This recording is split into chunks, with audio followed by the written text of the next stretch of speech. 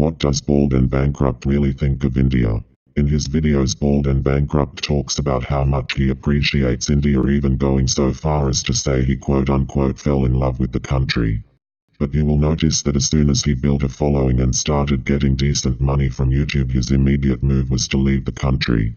He disappeared from there faster than a toupee in a hurricane.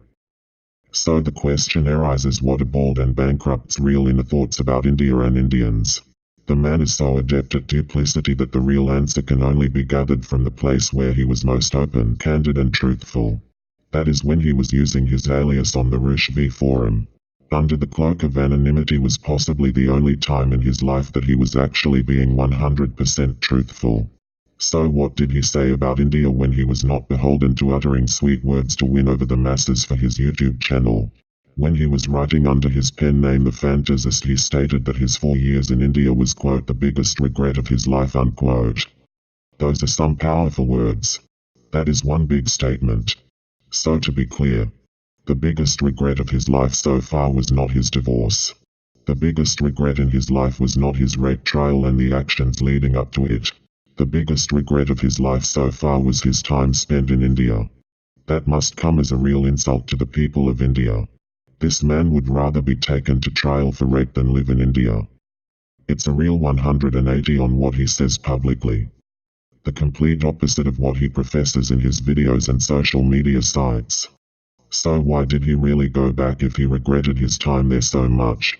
I think this ties in with one of Bald and Bankrupt's stated goals on his top 5 goal list: to make money online that would allow him to keep traveling.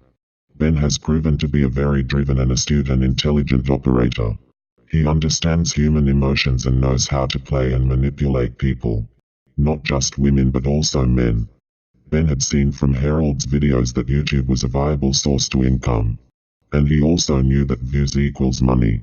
Ben also knows that India has a huge population.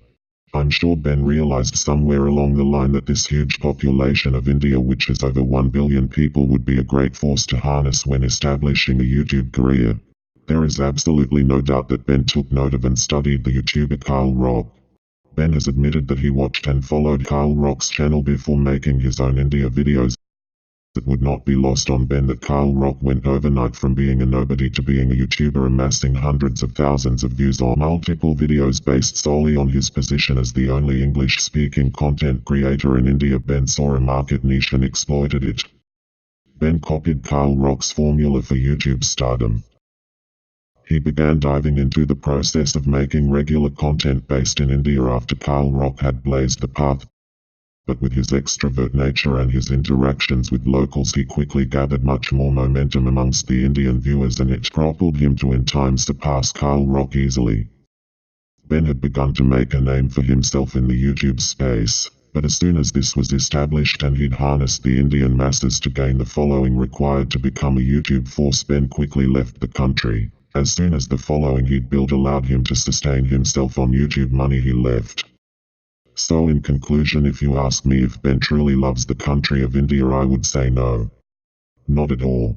He saw how it could fulfill a need for him, and once that need was fulfilled, he disappeared quicker than a pack of Lay's chips at a Weight Watchers meeting.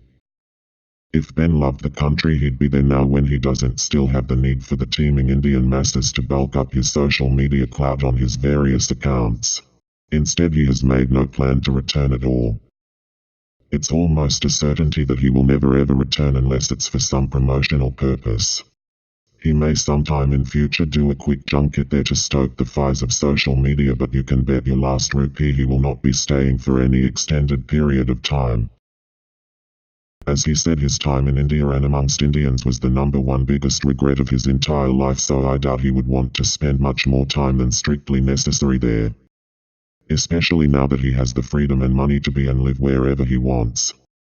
Of course, he will still say sweet things about India and Indians in his social media. He prefers to keep them on side because they are a powerful numerical force on any social media outlet. But if you, like me, judge a man more by his actions and not just his empty words, then you will most likely begin to see what Ben really thinks of India.